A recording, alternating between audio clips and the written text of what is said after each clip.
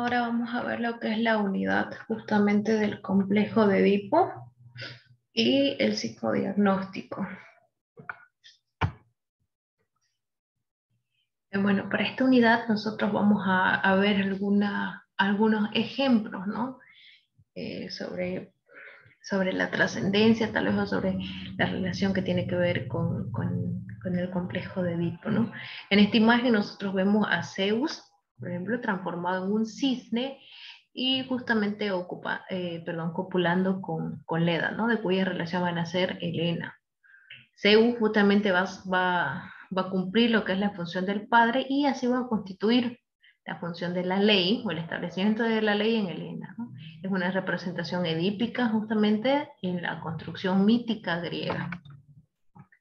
Otro ejemplo, nosotros vamos a ver la representación del complejo de Edipo también en la Sagrada Familia, ¿no? Donde la función del padre es asumida por José. Él despliega la función del protector y el proveedor, ¿no? El papel de José es justamente la constitución del sujeto en Jesús. Bien, vamos a entrar ahora sí entonces en las conceptualizaciones del complejo de Edipo. El interés del complejo de Edipo en el psicodiagnóstico nos dice que viene desde dos ámbitos, ¿no? De la relación interpersonal y vamos a ver por otro lado el diagnóstico estructural, ¿no? Dice que en la relación interpersonal, si se tiene un buen desarrollo y manejo del Edipo, justamente se podrá relacionarse de buena forma. Si el analista, si el terapeuta tiene un manejo del complejo de Edipo, va a relacionarse justamente de forma correcta con el paciente, ¿no? Va a dejar que el paciente justamente logre encarnar lo que es su demanda y permitir así la transferencia, ¿no? Poder al final regularizar, perdón, al paciente. Dentro de esto se necesita lo que es el manejo clínico, ¿no? Se necesita el manejo clínico de las estructuras psíquicas, ¿no? Cada analista necesita conocer justamente esto para saber en cuál se va a enmarcar el paciente. Mediante el psicoanálisis es que se puede precisar justamente las mismas, ¿no? Aunque también hay que considerar que el psicoanálisis implica una complejidad, ¿verdad? Pero que nos da pauta, que nos permiten a nosotros justamente encontrar esta estructura, ¿no? Igual tiene relación con lo que es el diagnóstico estructural, ¿no? Porque es lo que nosotros buscamos, como yo les decía, mediante la relación interpersonal y el manejo clínico, nosotros buscamos esto, ¿no? Este diagnóstico estructural justamente, diagnosticar el tipo de estructura que tienen las personas en base al contenido, ¿no? No podemos hablar de complejo de Edipo si no conocemos justamente el mito griego de Edipo Rey, que es el que se toma como ejemplo para la construcción de este planteamiento, ¿no? Nosotros vemos aquí en estas imágenes a Edipo hablando con la Esfinge, ¿no? Que vamos a ver más adelante dentro de la historia.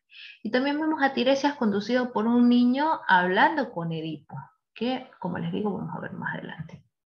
Ya, vamos a entrar en esto de la mitología griega entonces. Esta es la versión de Sofocles, ¿no? Bueno, Sofocles, perdón, nos menciona que existía un reino llamado Tebas, ¿verdad?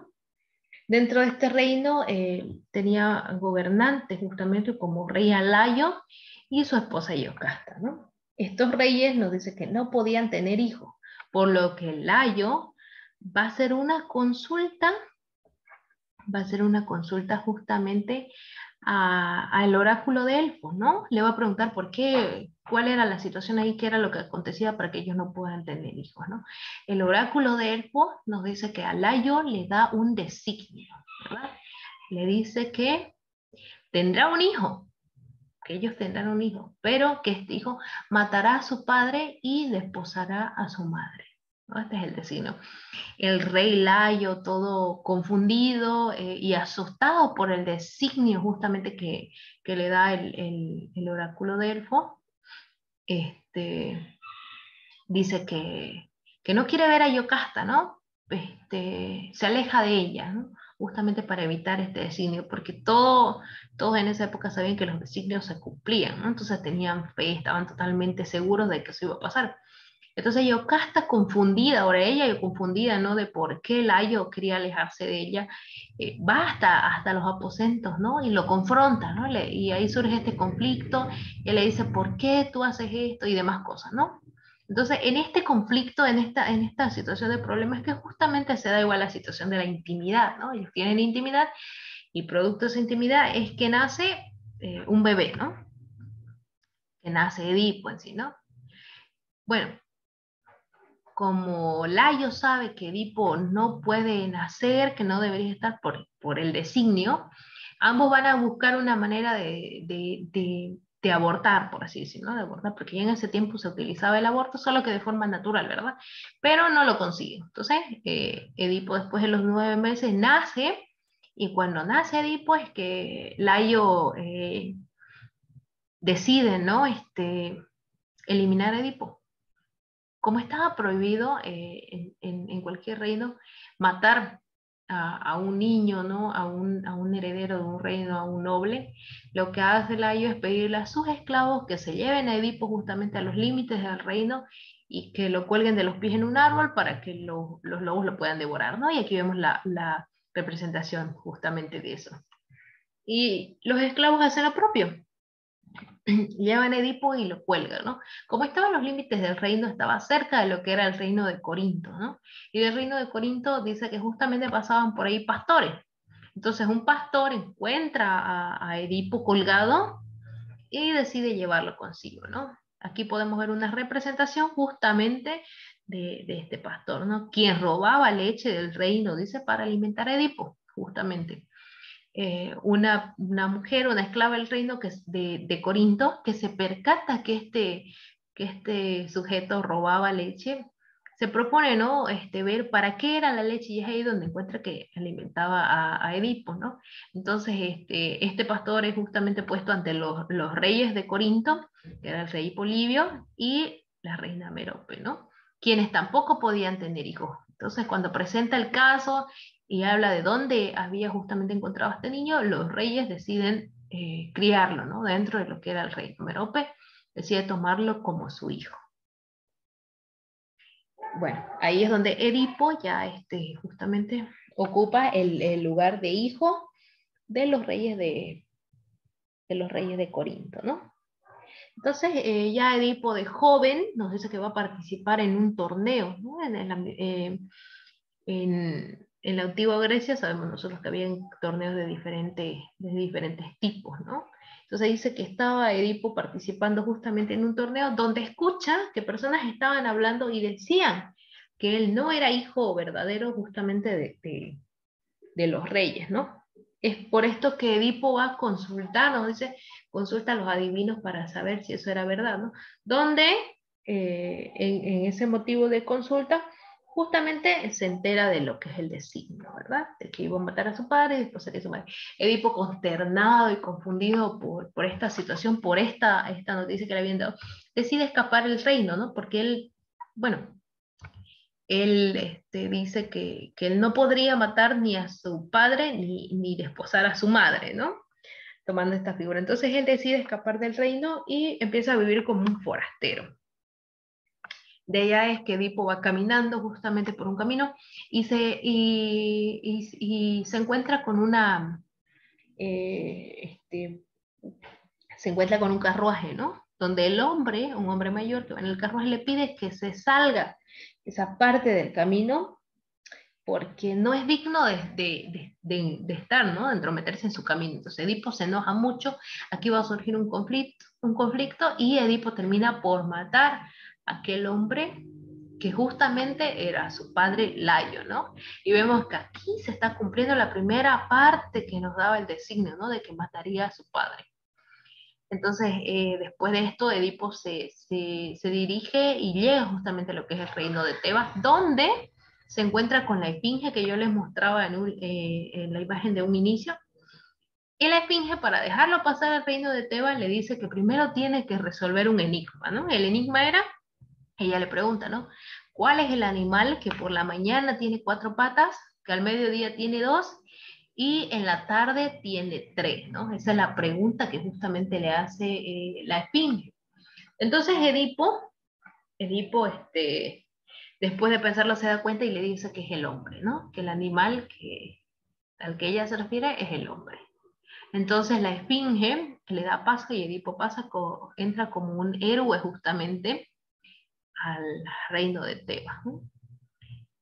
Como tal vez algunos sepan y otros no, en los tiempos de la antigua Grecia era prohibido, ¿no? No era permitido, no era visto de buena forma el hecho de que una reina gobierne sola un reino. Entonces, como sabemos, Yocasta estaba viuda, hacía poco justamente habían matado a su esposo, entonces ella asumía el papel de reina. Es por eso que justamente cuando Edipo llega y se enteran que es un héroe, que logró este, bueno, que logró resolver el enigma de la esfinge y que es bueno, que viene de una familia noble, como todos sabemos, que del reino de Corinto, es ahí donde él desposa justamente a Yocasta, ¿no? Se casa con su madre. Y ahí se cumple justamente la segunda parte de lo que es el designio, ¿no? Entonces, nosotros vemos aquí que dice, por ejemplo, Edipo, el de los pies hinchados, que es lo que significa su nombre justamente que fue el nombre que le pusieron los reyes por cómo lo encontraron, ¿no? Entonces, vamos a ver que se va a dar un determinismo amor-odio que vamos a ver más adelante también, ¿no? Que es lo que se considera. Ya, vamos a ver cuando se produce lo que es el incesto. Como ya les decía, Edipo se casa con su madre, ¿no? De este matrimonio van a surgir 4 hijos, ¿no? Tienen una hija y sus demás hijos, ¿verdad? Entonces, nosotros vamos a ver, que Edipo, justamente cuando ya se casó y todo, en el reino surge una peste, ¿no? Surge una terrible peste y es por esto que Edipo acude justamente a los sabios, ¿no? A preguntar qué era lo que estaba pasando. ¿Por qué era que el reino pasaba por esto justamente, ¿no? Cuando él estaba como rey? Y es aquí donde Tiresias, que vimos también al principio, él un sabio ciego, le dice, ¿no? Que esto sucedía justamente porque había un crimen que no se había resuelto, ¿no? Entonces Edipo le pregunta cuál era ese crimen y Tiresias le dice que aunque lo matase no le iba a decir porque la verdad solo estaba en él, ¿no? Solo estaba en Edipo. Cuando ya Yocasta se entera de esto, de esta situación, entonces ella ahí es donde se da cuenta quién era Edipo en realidad, ¿no? Entonces ella ahí se da cuenta que el designio se cumplió y que ella se había casado con su propio hijo, ¿no? Entonces Yocasta, después de esto, se va a sus aposentos y decide quitarse la vida, ¿no? Opta por la horca. Cuando ya Edipo llega, ya es demasiado tarde y ella había muerto, ¿no? Entonces aquí Edipo se da cuenta de que el designio justamente se ha cumplido también, ¿no? Y después de esto, Edipo justamente con los broches que tenía Yocasta en el vestido, se pincha los ojos quedando completamente ciego, ¿no? Aquí se produce la castración justamente en la transición que hace Edipo de rey a divino, ¿no? Porque después de que se pincha los ojos nos dice que va por todos los pueblos en compañía de su hija Antígona, que es quien lo acompaña, ¿no? Que va justamente haciendo la labor de sabio, ¿ya no? Entonces ahí vemos lo que es esto de la castración. Que Edipo pasa de rey a divino. Y entonces estos serían justamente los aspectos importantes de la base del complejo de Edipo en relación a este mito griego. Nosotros vamos a ver a continuación que Freud, Sigmund Freud, como muchos ya lo conocen, es justamente quien va a elaborar la construcción teórica, ¿no? Del Edipo. Esto en los periodos que nosotros vemos a este lado, ¿no?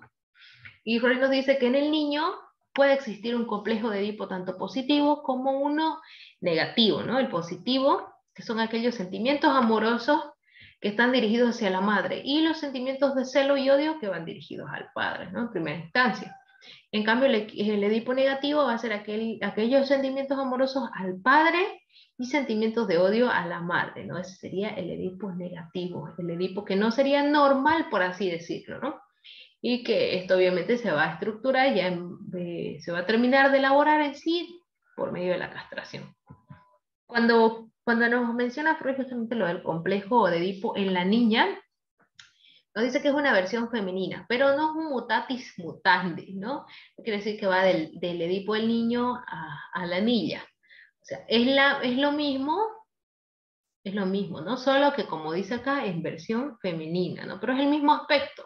Si se dan cuenta, el Edipo positivo también son aquellos sentimientos amorosos a la madre, ¿no? Y en el complejo negativo también los sentimientos amorosos que están dirigidos al padre y de odio a la madre, ¿no? Ese es el Edipo negativo. Entonces quiere decir que el positivo nos dice que la niña va a tener sentimientos amorosos a la madre, ¿no? Vamos a ver a continuación por qué. Ya, vamos a hablar de una niña fálica. En el tiempo preedípico, nosotros vamos a ver que la niña va a tener excitaciones de tipo clitoriana, ¿no? La niña tiene la idea de que ella tiene el falo, ¿entiendes? De que ella también posee un falo, que ella también posee un miembro masculino. Y también desea poseer a la madre, ¿verdad? La madre es suya. En este caso, la niña es un varón. La niña se ve en realidad o se identifica como un varón. Y obviamente, como en el caso del niño también, desea poseer a la madre, ¿verdad? La madre es suya. Vamos a ver visión del cuerpo masculino desnudo ahora, ¿no? En el tiempo de soledad, en el tiempo en el que la niña está sola, descubre que no tiene el falo, ¿no? Entonces ella va a descubrir que ella no tiene el falo, que no tiene el aparato masculino. Y es aquí donde ella sufre por la falta, ¿no? Y se da cuenta que su madre también está en falta.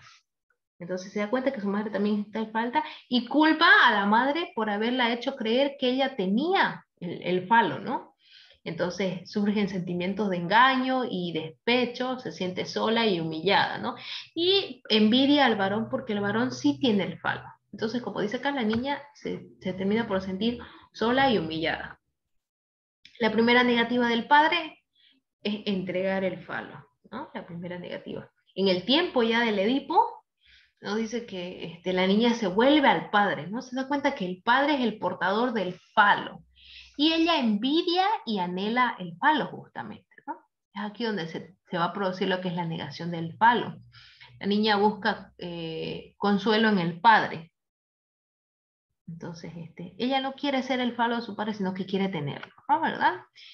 Preferida del padre, empieza ya cuando se crea este vínculo de padre-hija, ella va a empezar a identificarse con la madre, ¿no?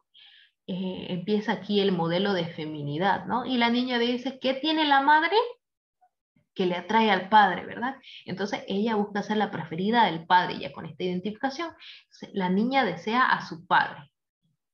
Vamos a ver esto en esta primera negativa. En la segunda negativa vamos a ver que es poseer sexualmente a su hija. Dice, ¿no? Que ya sea esto la resolución del conflicto. La niña desea ser poseída por el padre, ¿no? Y es aquí donde se va a producir justamente una negación del padre. Se desexualiza al padre, ¿no? Poco a poco la niña ya se hace mujer y se incorpora justamente al ser amado. Existe ya acá una desmitificación del falo y ella descubre que en realidad ella es una mujer, ¿verdad? Descubre que es una mujer y que tiene vagina, ¿no? Esto va a producir lo que es la latencia sexual y aquí la mujer va a desear ya al hombre como tal, ¿verdad? Como ya existe una identificación ya femenina, entonces que se va a producir esta latencia sexual. También Sigmund Freud nos dice que dentro del complejo de Edipo existen, ¿no?, diferentes posiciones. La posición de la madre en segunda y tercera instancia tiene que pasar, ¿no?, de activa a pasiva, ¿no? La figura de la madre tiene que ser pasiva. Y la figura del padre que va a aparecer como imponente de la ley va a ser activa, ¿no? Dice Freud que si esto no se logra completar, va a existir confusiones y esto va a dar paso a un eje de patologías, ¿no? Que van a ser justamente visualizables ya más adelante en lo que es la personalidad. Si por ejemplo, dentro del Edipo solo existe la figura materna, y esta figura materna es obviamente no activa, no va a hacer presencia lo que es la figura del padre. Esto va a hacer que el complejo de Edipo no se logre desarrollar a completud o de forma correcta, ¿no? Esto va a generar confusión ejes de patología y que se van a visualizar, como les mencioné, en lo que es la personalidad. Ya, vamos a ver ahora el complejo de Edipo en articulación de Freud y Lacan, ¿no? Lacan nos dice que no, bueno, no existe una precisión cronológica para esto, pero lo que va a hacer Lacan no es que va a dar una resignificación del falo. Freud en un inicio nos decía que el falo era justamente el aparato viril, ¿verdad? Pero Lacan nos va a dar una resignificación de aquello.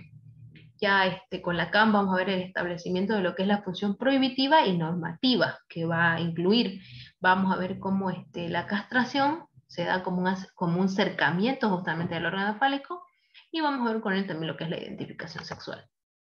La significación que da justamente Lacan al falo es el aspecto de lo imaginario y lo simbólico, que ya muchos de ustedes conocen, ¿no? Vamos a ver que el nombre del padre es instaurador, perdón, justamente de lo que es la castración, ¿verdad?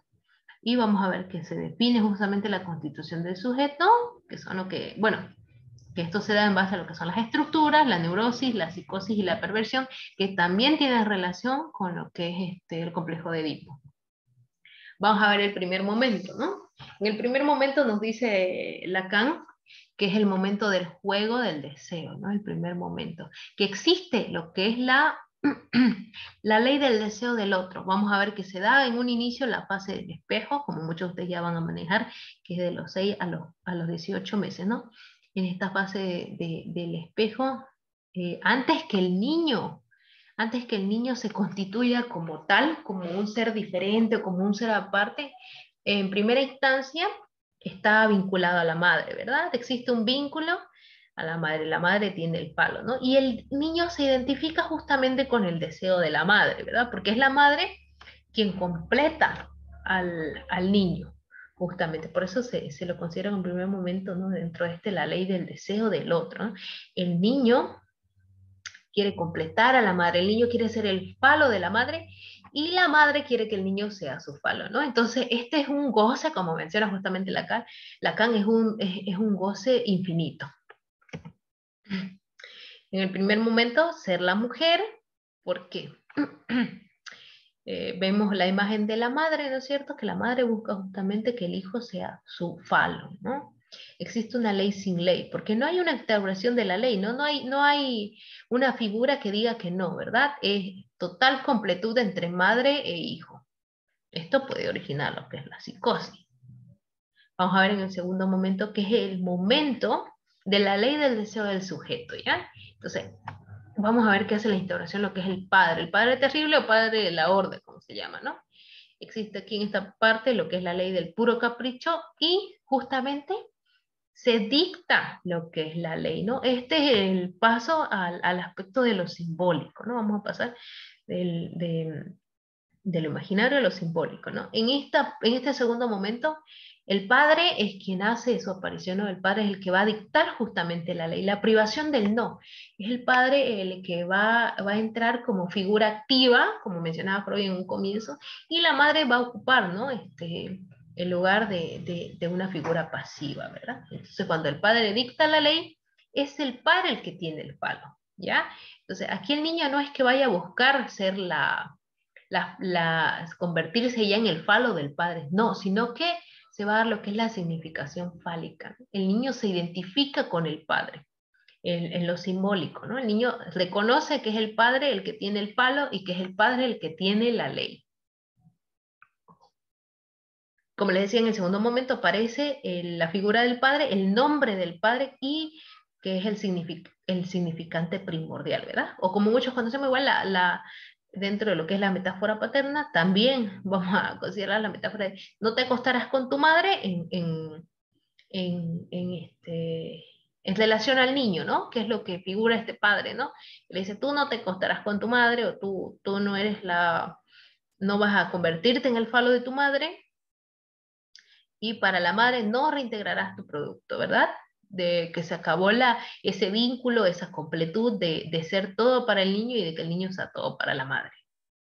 Y esto va a dar inicio a lo que es el tercer momento, ¿no? Aquí va a surgir justamente lo que es la falta, ¿no? Como el niño ya tiene una identificación con el padre, ya sabe que él tiene el palo, empieza a sentir falta, ¿no? Entonces el niño empieza a darse cuenta que a él algo le falta. El padre que interviene como aquel que tiene el falo, pero no es tal, como les decía yo, el padre tiene el falo, pero no es el falo. Entonces el padre no va a ser la figura de demanda, ¿no? El donador. Y se presenta justamente como castrado, ¿no? Entonces el hijo lo que va a hacer es justamente entrar en esta falta, ¿no? Va a darse cuenta que algo le falta al hijo, aquí donde va a dar paso justamente a la construcción de su estructura. Por eso es importante este aspecto. Como podemos nosotros ver acá, el padre se presenta como castrado, ya, ¿no? Decíamos, está aquí la figura de la madre, del padre y del hijo, ¿no? Entonces, en un principio, la madre y el hijo en un primer momento eran total completud, total vínculo, ¿verdad? Era un goce infinito, como se dice, ¿no? No había demarcada una línea de un no o una línea de límite, ¿no? Entonces, cuando entra la figura del padre y se instaura lo que es la ley, entonces el padre dice, no, no, se termina esto del goce infinito y este figura como autoridad. Es ahí donde el niño se da cuenta de que este padre de aquí es quien tiene el falo, ¿no es cierto? Es ahora quien tiene el falo, pero no es el falo, ¿no? O sea, y tampoco busca que el hijo sea su falo, sino que esta intervención de la ley va a permitir que el niño en un tercer momento se encuentre en falta, ¿verdad? Se encuentre en falta y es aquí donde va a permitirle la construcción justamente de lo que es su estructura psíquica. En total, esto sería el tema del complejo de Edipo y su relación con el psicodiagnóstico. Espero que les haya servido las explicaciones. Gracias.